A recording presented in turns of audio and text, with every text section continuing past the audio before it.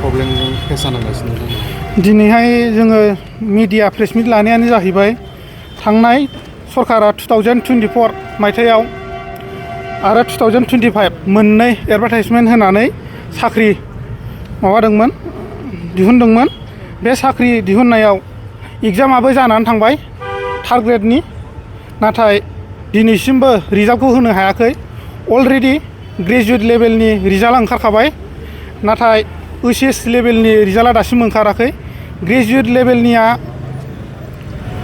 लेभेलनिया viva test लाबावनांगौ दङ, नाथाय बेखौ दिनैसिमबो CSBआ जेबो नटिफाइड खालामाखै जोंनो, जायनि जाहोनाव जों दिनै प्रेस मिट लानो गोनां जादों।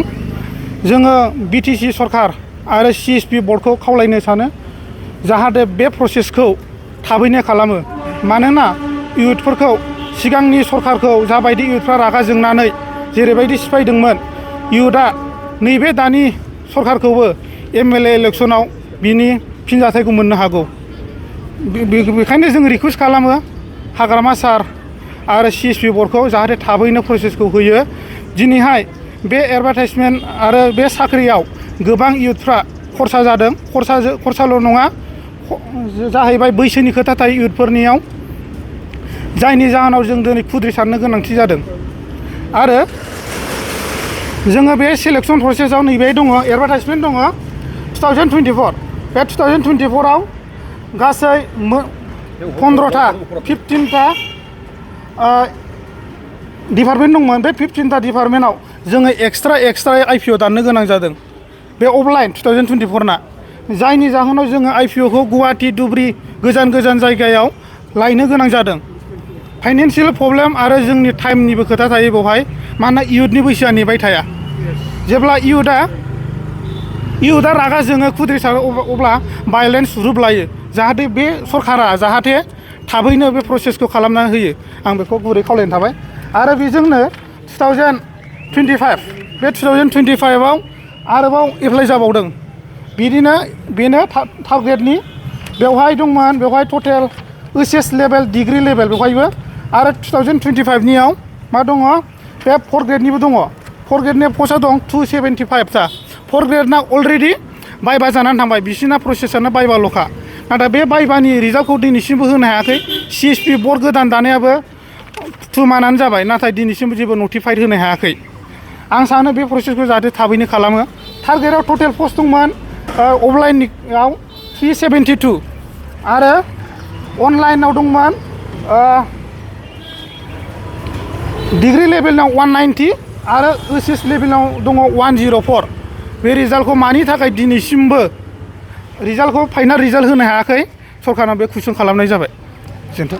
जुदि दानि सरकारा सिगांनि जिथु एडभार्टाइजमेन्ट होनाय बेखौ जुदि केन्सेल खालामोब्ला केन्सेल खालामा जोङो आयेननि राहा लागोन। आरो मोनसे खोथा बुंबावनो सानदों जोङो, जोंनि आसामनि गभर्नर आरो जोङो इन्डियानि प्रेसिडेन्ट बिथांमोननोबो जोङो लेटार लिरनो हागौ। more than 10,000 स्टुडेन्टफोरनि थैनि साइन लानानै जोङो लेटारखौ हरगोन। नोंथांमोना रिटेन एग्जामाव पास जानानै जोङो थार्ड ग्रेडनि डिग्रिनिया अलरेडि रिजाल्ट ओंखारखाबाय होनना खोन्थाखादों आं, बेवहाय जों पास जानानै दङ। आरो ओइचएसनि रिजाल्टखौबो थाबैनो डिक्लेयार खालामनांगौ। आरो फोर्थ ग्रेडनि सरकार सोलायबानो देन सेलेक्सन प्रसेसखौ केन्सेल खालामनांगौ बे नङा। जोंहा सरकारजों जेबो लोब्बा गैया। जोंहा जाहैबाय इयुथआ जाबाय जोंनो साख्रि नांगौ। आरो बे बर्डआ मोनसे इन्डिपेन्डेन्स बर्ड, जायनि जाहोनाव बिसोरो सरकारजों जेबो लोब्बा लानो नाङा। साबैसे दंमोन? साबैसे दंमोन केन्डिडेटफ्रा? एप्लाइ खालामग्रा more than 50,000 जानो हागौ। लाखसआनो थांनो हागौ, बेखौथ' जों मिथिला, जायखिया बुरजायानो। CSBजों जोङो सावरायखांबाय, चेयारमेन सारजोंबो जों खननै जाबाय।